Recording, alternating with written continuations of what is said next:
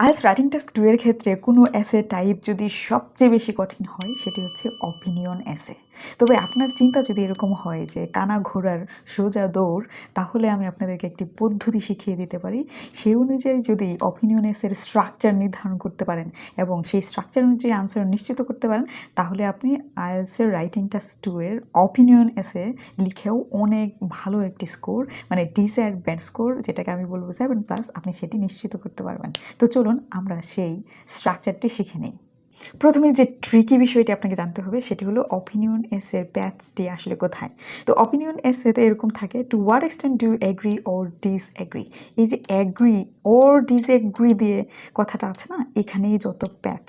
তো এখানেই আপনাকে কোয়েশ্চেনটি পড়ে নির্ধারণ করতে হবে আপনি কী ধরনের আনসার দিতে যাচ্ছেন। আপনি 3ভাবে এই আনসার দিতে পারেন, একটি এসে 3ভাবে লিখতে পারেন। প্রথমত আপনি ক্লিয়ারলি বলে দিবেন যে আপনি এটি এগ্রি করেন, যেহেতু এগ্রি অর ডিসএগ্রি বলছে, আপনি এগ্রি করেন, মানে পুরো এগ্রিমেন্ট নিয়ে কথা হবে। আর হয় আপনি টোটালি ডিসএগ্রি করবেন, তার মানে পুরো এসেতে আপনি ডিসএগ্রি নিয়ে কথা বলবেন। হয়তো একটি কনসেশন প্যারাগ্রাফ মেক করবেন যেখানে আপনি বলবেন যে হ্যাঁ, যারা এগ্রি করে বা এগ্রি করলে কী কী বিষয় সেগুলো আপনি আনতে পারেন। তবে আরেকটি যেটি আছে সেটি হলো partially agree or partially disagree, সেটাকে আমরা বলি মিক্সড অপিনিয়ন। আমি যেমনটি বলতেছিলাম কানা ঘোড়ার সোজা দৌড়, সেই ক্ষেত্রে আপনি কি করবেন, এ ধরনের এসে আসলে আপনার ডিসিশন হবে আপনি ফুললি এগ্রি করবেন। এটি যদি আপনি ডিসিশন নিতে পারেন, তাহলে এই যে এগ্রি করবেন না ডিসএগ্রি করবেন, তারপরে পার্শিয়ালি এগ্রিমেন্ট ডিসএগ্রিমেন্ট, এগুলো নিয়ে আপনার মাথায় কোনো চিন্তা করার দরকারই হবে না, আপনি টাইম ওয়েস্ট করবেন না। তো এতে আপনার সময় যেমন বাঁচবে এবং আপনি যেহেতু একটি স্ট্রাকচার, একদম কমপ্লিট স্ট্রাকচার মাথায় নিয়ে এক্সাম হলে গিয়েছেন, সেই স্ট্রাকচারটি ইমপ্লিমেন্ট করে দিয়ে আসতে পারবেন। তো দেখেন এখানে যে কোয়েশ্চেনটি আছে, এখানে বলেছে some people think that students should be taught how to manage money in school, to what extent do you agree or disagree. তো এটি হচ্ছে আমাদের কোয়েশ্চেন। তো এখানে আমরা ধরেই নিলাম আমরা পুরো এগ্রি করব, আমরা ডিসএগ্রি, পার্শিয়ালি এগ্রি, পার্শিয়ালি ডিসএগ্রিতে যাবই না। তাহলে আমাদের এসে স্ট্রাকচার কী হবে, আমরা ইন্ট্রোডাকশন লিখবো, body paragraph 1, body paragraph 2 and conclusion, এই 4টি প্যারাগ্রাফ লিখবো। তো মাঝখানে দেখেন আমি অপশনালি লিখে রেখেছি, এটি আসলে মিক্সড অপিনিয়নের ক্ষেত্রে। এবং কনসেশন প্যারাগ্রাফ আপনি এগ্রি করলেও লিখতে পারেন, কোনো সমস্যা নেই। তো এইখানে ইন্ট্রোডাকশন প্যারাগ্রাফে যেহেতু আমরা এগ্রি করব, তাহলে আমরা প্রথমে হচ্ছে কোয়েশ্চেন প্যারাফ্রেজ করব। প্যারাফ্রেজ করে এইবার যেহেতু এটি অপিনিয়ন এসে, অবশ্যই আপনার অপিনিয়ন চেয়েছে, অবশ্যই।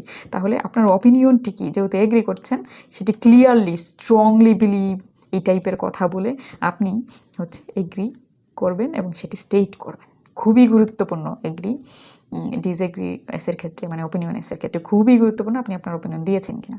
এবার বডি প্যারাগ্রাফ 1-এ এই যে আপনি এগ্রি করলেন, আপনার যে পয়েন্টটি সেটি, এটির যে আপনার যে মতামতটি সেটি এস্টাবলিশ করার জন্য প্রথম মেইন রিজন এখানে তুলে ধরবেন বডি প্যারাগ্রাফ 1-এ।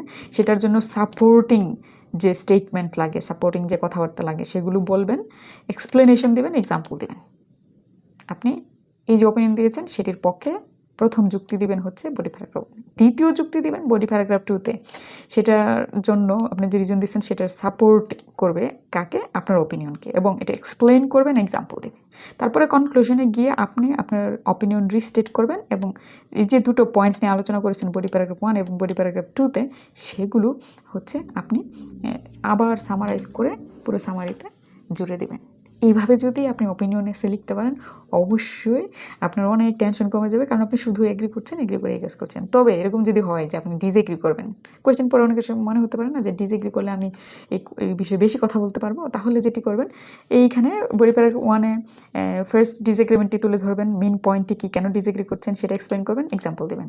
তারপরে দ্বিতীয় পয়েন্টটি তুলে ধরবেন, কেন আপনি ডিসএগ্রি করছেন সেটা এক্সপ্লেন করবেন, এক্সাম্পল দেবেন। এবং কনক্লুশনে গিয়ে এই যে ডিসএগ্রিমেন্ট ওপিনিয়ন দিয়েছেন সেটি রিস্টেট করবেন এবং এই যে বডি প্যারাগ্রাফ 1 এবং 2-তে যে দুটো পয়েন্টস নিয়ে কথা বলেছেন সেই পয়েন্টসগুলো সামারাইজ করে দেবেন। আর মিক্সড ওপিনিয়ন, হয়তো অনেকে চিন্তা করবেন যে মিক্সড ওপিনিয়ন দিব, তখন বডি প্যারাগ্রাফ 1-এ আপনি এগ্রি করেছেন সেটা কথা বলবেন, ডিসএগ্রিমেন্ট নিয়ে কথা বলবেন। এইবার কনসেশন একটি প্যারাগ্রাফ আপনি মেক করবেন যে হ্যাঁ, এখানে এগ্রিমেন্ট, এগ্রি করলে এগুলো বলা যায়, ডিসএগ্রি করলে এগুলো বলা যায়, তবে আমি যেটি মনে করি সেখানে এরকম বলে একটি অপিনিয়ন দিয়ে দিবেন, যেটাকে আমরা কনসেশন বলি, যে আমি সবই স্বীকার করি কিন্তু আমি আমার পয়েন্টে আছি। তো এইভাবে যদি আপনি অপিনিয়ন এসে লিখতে পারেন, আমি বলবো এই পদ্ধতিকে কানা ঘোড়ার সোজা দৌড়। বিশেষ করে আপনি যখন শুধু এগ্রিমেন্ট, হ্যাঁ, আপনি ডিসিশন নিয়ে গেছেন, এই ধরনের কোয়েশ্চেন আসলে এগ্রিমেন্ট দেবো অথবা ডিসএগ্রি করবো, কিন্তু মিক্সড অপিনিয়নে যাবো না। তো এটি মেনটেন করে আপনি অপিনিয়ন এসে লিখতে পারেন। আর সবার জন্য আইএলটিএস রাইটিং টাস্ক 2 বই থেকে আপনি অবশ্যই প্র্যাকটিস করবেন, কারণ এখানে স্যাম্পল আনসার আছে প্লাস কনসেশন প্যারাগ্রাফ কীভাবে লিখতে হয় সেটার এক্সাম্পল এবং উদাহরণ সহ দেওয়া আছে। আলাদা করে কনসেশন প্যারাগ্রাফ কী, কাকে বলে, কীভাবে লিখতে হয় সেটির জন্য লেকচার দেওয়া আছে। আর এই বই সম্পর্কে নতুন করে কিছুই বলার নেই। এই বই dreamatfoundation.com গেলে আপনি পেয়ে যাবেন, অথবা এই ভিডিওতে প্রোডাক্ট লিঙ্ক আছে, ক্লিক করলে পেয়ে যাবেন, বা এই ভিডিওর ফার্স্ট কমেন্ট অথবা ডিসক্রিপশন বক্স থেকে আপনি এই বইটি সংগ্রহ করতে পারেন। মনে রাখবেন, আইএলটিএসের রাইটিং টাস্ক 2-তে স্কোর ম্যাক্সিমাইজ করার জন্য একটি বই, সেটি হচ্ছে সবার জন্য IELTS writing task 2। Collect the book and let me know in the comment section below that you have collected the book and taking preparation accordingly. Thank you.